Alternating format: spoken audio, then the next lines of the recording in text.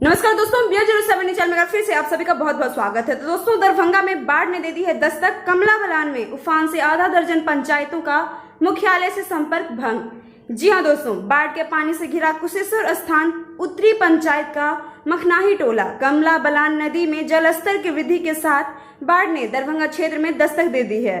निचले इलाके में पानी फैल गया है, यातायात प्रभावित हो चुका है। उसरी, उजवा, सिमरटोका, तिलकेश्वर, भिंडवा, कुशेश्वर स्थान उत्तरी के लोगों का मुख्यालय से सीधा संपर्क भंग हो चुका है।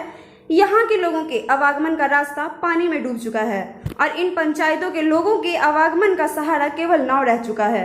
इधर केवटगामा, फकदेलिया, भडिया गांव के बीच बांस बल्ले से बना चचरी पुल नदी में उफान के कारण पानी में विलीन हो चुका है।